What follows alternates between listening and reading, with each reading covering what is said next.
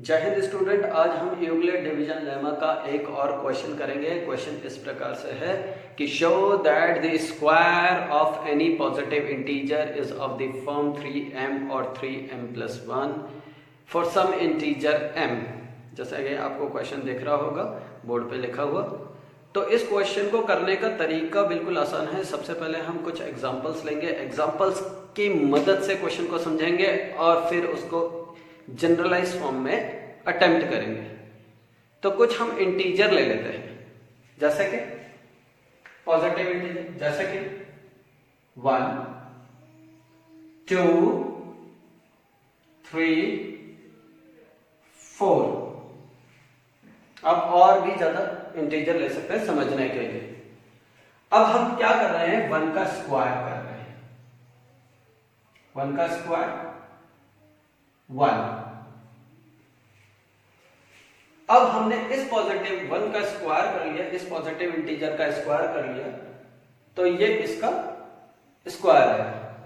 अब हम इसको 3 से डिवाइड कर रहे हैं। अब 3 से ही क्यों डिवाइड कर रहे हैं, क्योंकि क्वेश्चन में बोला है कि any positive integer is of the form 3m और 3m+1। अगर ये पॉजिटिव इंटीजर और ये किस फॉर्म का है, 3m, यानी कि 3 इसका क्या हो जाएगा, डिवाइजर हो जाएगा, और m इसका क्वोशिएंट हो जाएगा, यानी कि कोई भी एक इंटीजर ही है यहाँ पर।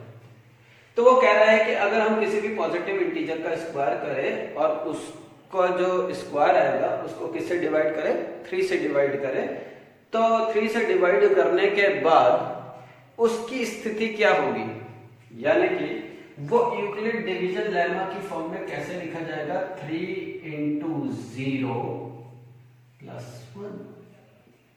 क्या लिखा जाएगा ऐसे, बिल्कुल ऐसे लिखा जाएगा। अब क्या करते हैं, हम 2 का स्क्वायर करते हैं। 2 का स्क्वायर कितना, 4। 4 को कैसे लिख पाएंगे हम, 3 × 1 + 1। लेमा की फॉर्म में हम ऐसे लिख पाएंगे उसको। फिर 3 का स्क्वायर करते हैं। 3 का स्क्वायर 9, ठीक है। 3 × 3 + 0 है कि नहीं है। फिर 4 का स्क्वायर करते हैं। 4 का स्क्वायर 16 है कि नहीं है। अब 16 को हम जब 3 से डिवाइड करेंगे तो किस फॉर्म का, 3 × 5, 3 × 5 = 15 + 1 आ जाएगा, क्लियर। और इसी ही तरह और जितने पॉजिटिव इंटीजर आप लेना चाहें आप ले सकते हैं। तो आपने देखा होगा कि किसी भी पॉजिटिव इंटीजर का अगर मैं स्क्वायर करूं और उसके स्क्वायर को मैं 3 से डिवाइड करूं तो हमेशा या तो रिमाइंडर 0 आ रहा है या 1 आ रहा है, और कोई दूसरा रिमाइंडर नहीं आएगा। अगर आप किसी भी पॉजिटिव इंटीजर के स्क्वायर को डिवाइड करोगे किससे, 3 से, ठीक है ना, तो उसका जो रिमाइंडर आएगा वो हमेशा क्या आएगा, 0 आएगा और 1 आएगा। अब इसी क्वेश्चन को हम जनरलाइज फॉर्म में करते हैं। इसी क्वेश्चन को हम किस फॉर्म में करते हैं, जनरलाइज फॉर्म में करते हैं। तो सॉल्यूशन इस प्रकार से है कि लेट, हमने मान लिया a एनी पॉजिटिव इंटीजर। ए क्या है, कोई भी एक पॉजिटिव इंटीजर है। बी यानी कि डिवाइजर 3, क्यू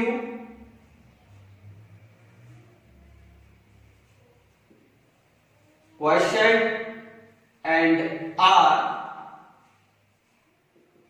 रिमाइंडर। आर क्या है, रिमाइंडर है। तो therefore by Euclid division lemma, Euclid division lemma मैं शॉर्ट फॉर्म में लिख रहा हूं, यूक्लिड डिवीजन लेमा ए की स्थिति क्या हो जाएगी, 3q + r where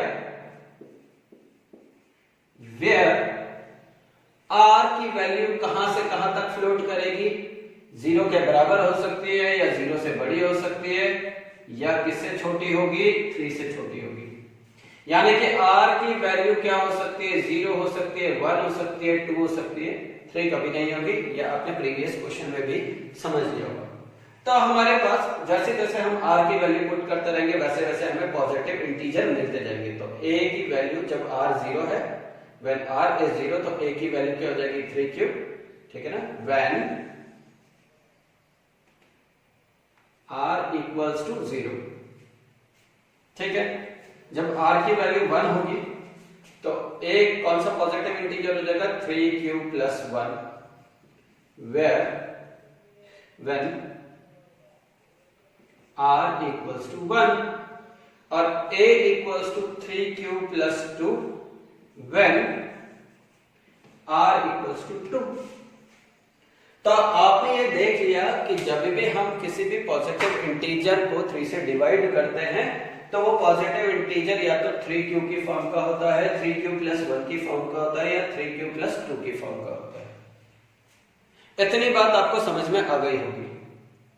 अब क्योंकि क्वेश्चन में ये पूछा है कि square of any positive integer, ये तो हमें पॉजिटिव इंटीजर मिले हैं अभी, a equals to 3 cube, a equals to 3 cube plus 1 और a equals to 3 cube plus 2, ये तो हमारे पास पॉजिटिव इंटीजर है। अब हम इनका क्या कर रहे हैं, स्क्वायर कर रहे हैं। ना केस 1, इसमें 3 डिफरेंट केस होंगे। पहले जब हम पॉजिटिव इंटीजर को 3 क्यूब लेंगे कि when a equals to 3 cube, जब a की वैल्यू किसके बराबर है, 3 क्यूब के बराबर है। जब a की वैल्यू किसके बराबर है, 3 क्यूब के बराबर है। अब हमने a का स्क्वायर करा तो यानी कि 3 क्यूब का स्क्वायर करेंगे तो 3 क्यूब का स्क्वायर कितना आएगा,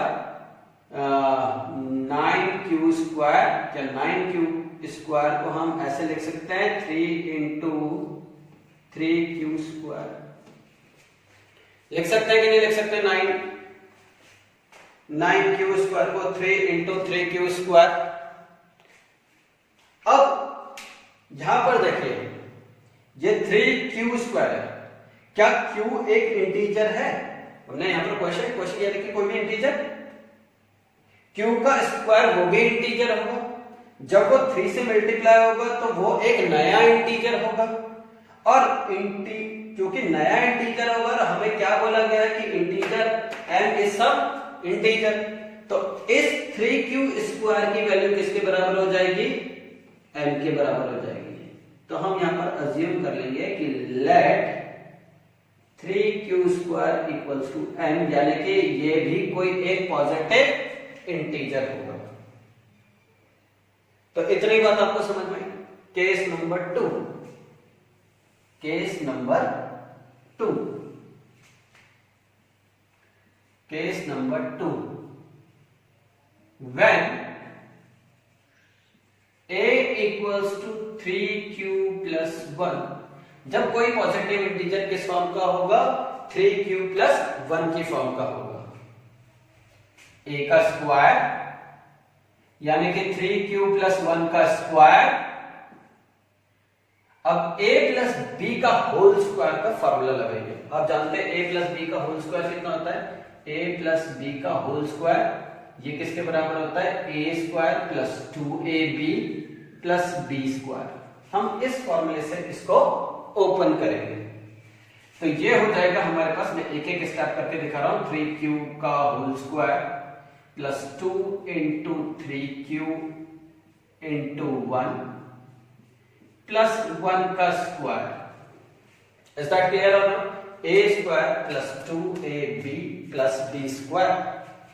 तो ये हो जाएगा हमारे पास 9q square plus 6q plus 1। Is that clear or not. अब हम क्या करेंगे, यहां पर ग्रुपिंग करेंगे। हम इन दोनों टर्म्स को ग्रुप में ले लेंगे, इन दोनों टर्म्स को हम क्या कर लेंगे, ग्रुप में ले लेंगे और यहां से क्या कॉमन निकालेंगे, 3 कॉमन निकालेंगे। क्या कॉमन निकालेंगे, 3 कॉमन निकालेंगे। तो हमने यहां से 3 कॉमन निकाला और ये क्या हो गया हमारे पास 3q square plus 2q plus 1।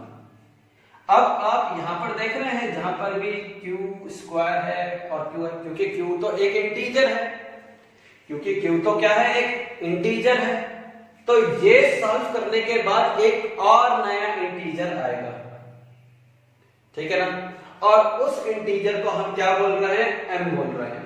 तो यहां पर हो जाएगा ये 3m+1, तो हम यहां मान ले रहे हैं लेट 3q² + 2q एक नया इंटीजर हो गया और उसको हमने क्या नाम दे रखा है, m दे रखा है। अब हम केस नंबर 3 करेंगे, केस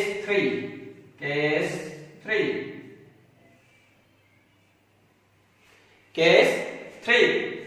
अब हम पॉजिटिव इंटीजर को क्या ले रहे हैं कि when a = 3q + 2, बिल्कुल जैसे यहां पर करा था बिल्कुल वैसे इस वाले पार्ट में भी करना है। a का स्क्वायर = 3q + 2 का होल स्क्वायर, ठीक है ना, a + b का होल स्क्वायर का फॉर्मूला लगेगा, यहां पर क्या हो जाएगा, ये 9q² + 3 × 6 6 × 12q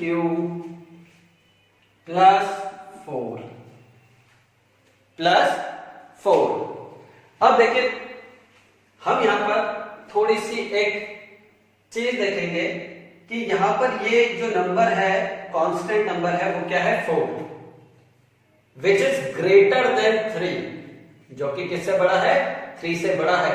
तो हम क्या करेंगे कि इसको ब्रेक कर देंगे, और ब्रेक कैसे करेंगे, इसको 3 की टर्म्स में ब्रेक कर देंगे, जैसे कि 9q² + 12q, और इसको लिख देंगे 3 + 1, क्योंकि हमें तो क्या करना है, इस पॉजिटिव इंटीजर को 3 से डिवाइड करना है, ये भी 3 से डिविजिबल हो रहा है, ये भी 3 से हो रहा है, पर ये नहीं हो रहा है, तो इसको हम ब्रेक करेंगे। तो अब हम ग्रुपिंग कर लेंगे इन 3 टर्म्स की, 1 को छोड़ देंगे। अब यहां से क्या कॉमन निकालेंगे, हम यहां से निकालेंगे, हम 3 कॉमन निकाल देंगे, हमने 3 कॉमन निकाला, बचा हमारे पास 3 3 q + 4q + 1 + 1। अब ये हमारे पास क्या हो जाएगा, ये भी एक, ये क्योंकि q² ये एक पॉजिटिव इंटीजर है, और जब भी हम दो या दो से ज्यादा पॉजिटिव इंटीजर को ऐड करते हैं तो हमारे पास एक और इंटीजर आता है। तो हम इसको इस पूरे इंटीजर को, क्योंकि इसकी वैल्यू हमें नहीं पता है, पर्टिकुलर एग्जैक्ट वैल्यू नहीं पता है, क्योंकि जनरलाइज्ड टर्म्स में है, तो हम इसको क्या मान लेते हैं, m मान लेते हैं, 3m+1। तो आपने यहां पर देखा होगा कि किसी भी पॉजिटिव इंटीजर का अगर हम स्क्वायर करें और उसको किससे डिविजिबल करें, 3 से डिविजिबल करें, तो या तो रिमाइंडर कितना आता है, 0 आता है, या रिमाइंडर हमेशा क्या आएगा, 1 आएगा। अब आगे हम इसी टाइप के क्वेश्चन और करेंगे।